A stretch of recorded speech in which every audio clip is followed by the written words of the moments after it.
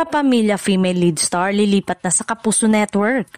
Mainit ang usap-usapan ngayon sa showbiz industry tungkol sa posibilidad na may isang bigating kapamilya female lead star na lilipat sa Kapuso.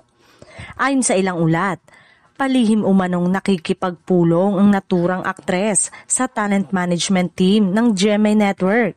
Bagamat wala pang opisyal na kumpirmasyon mula sa dalawang panig, lumalakas ang espekulasyon na sa mga susunod na araw ay malalaman na ng publiko kung sino ang sikat na talent na mag-o-over the bakod.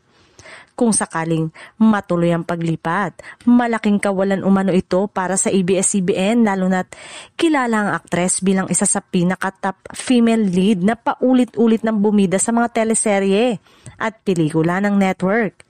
Isa rin siya sa aktres na may solidong fanbase, kaya't inaabangan ng marami kung saan talaga siya tataya.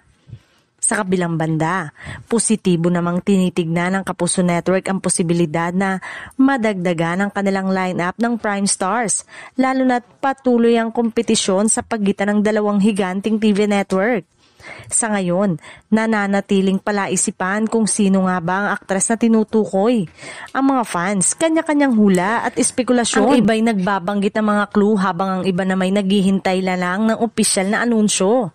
Sino kaya siya? Abangan at manatiling nakatutok dahil tiyak na magiging malaking balita ito sakaling tuluyang kumpirmahin ng aktres ang kanyang paglipat.